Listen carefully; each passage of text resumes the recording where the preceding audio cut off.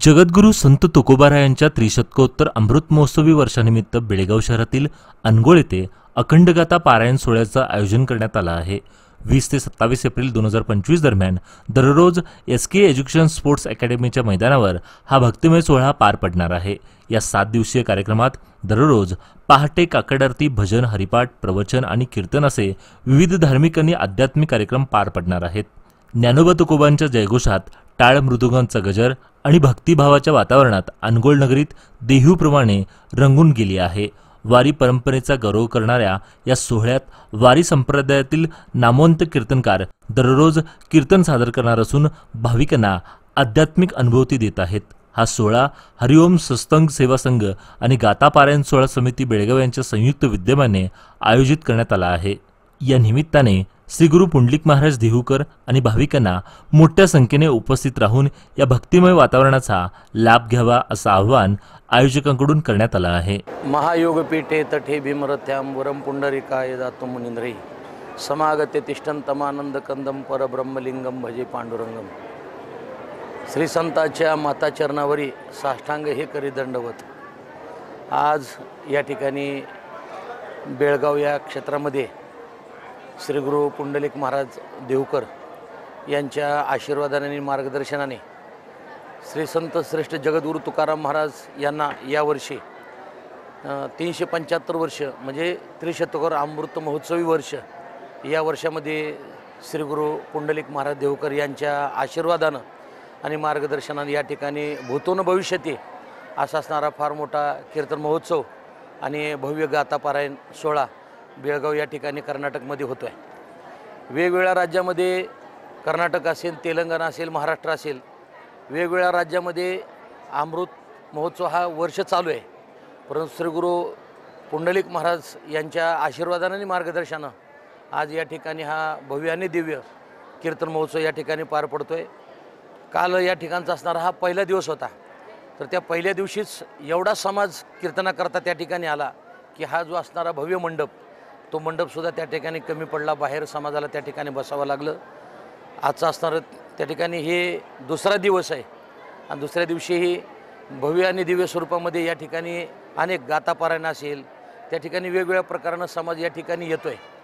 आम्ही भगवंताला प्रार्थना करतो आहे की जगद्गुरू तुकोबाराचा सदैव वैकुंठगमन सोहळा या ठिकाणी होतो आहे आणि त्या कालावधीमध्ये आम्ही जिवंत आहेत, म्हणजे याचाच अर्थ आम्ही फार मोठे भाग्यवान आहोत की आम्हाला जगद्गुरू तुकोबाराचा गाथा पारायण सोहळा या ठिकाणी करण्याकरता मिळतो आहे। या बेळगाव या गावातीलही मंडळी असतील आणि परिसरातील कमीत कमी 4 ते 5 तालुक्यामधील मंडळी या ठिकाणी पारायणाकरता, ज्यांना पारायणाला बसता आलं नाही ती सर्व मंडळी संध्याकाळी त्या ठिकाणी कीर्तनाकरता येतात, प्रवचनाकरता ती मंडळी त्या ठिकाणी येण्याचा प्रयत्न त्या ठिकाणी करतात। रामकृष्ण हरी। नमो सद्गुरु तुकया ज्ञानदीपा, नमो सद्गुरु सच्चिदानंद रूपा, नमो सद्गुरु भक्त कल्याण मूर्ती, नमो सद्गुरु भास्करा पूर्ण कीर्ती।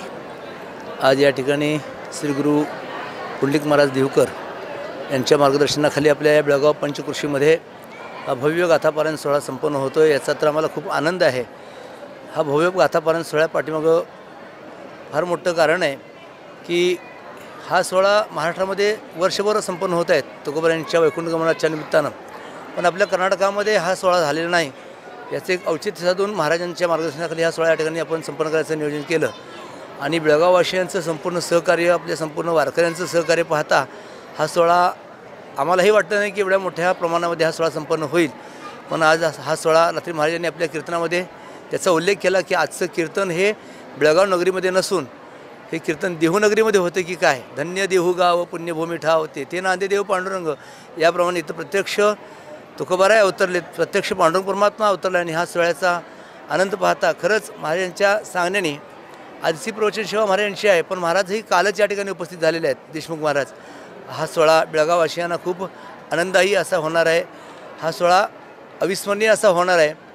आधी या सोहळ्यामध्ये सर्व संतांचे वंशज, रात्री श्री गुरु योगीराज महाराज गोसावी, शांतीब्रह्मश्री एकनाथ महाराजांचे वंशज त्यांची कीर्तन सेवा झालेली आहे। आज या ठिकाणी भक्तशिरोमणी नामदेव यांचे वंशज माऊली महाराज नामदास त्यांची सेवा होणार आहे, महाराजांची प्रभूची सेवाही आज आहे। त्याचबरोबर उद्या आपले औसेकर महाराज येणार आहेत, औसे संस्थानचे प्रमुख। त्याच्यानंतर अमृतानंदजी स्वामी महामंडलेश्वर त्यांची सेवा आहे।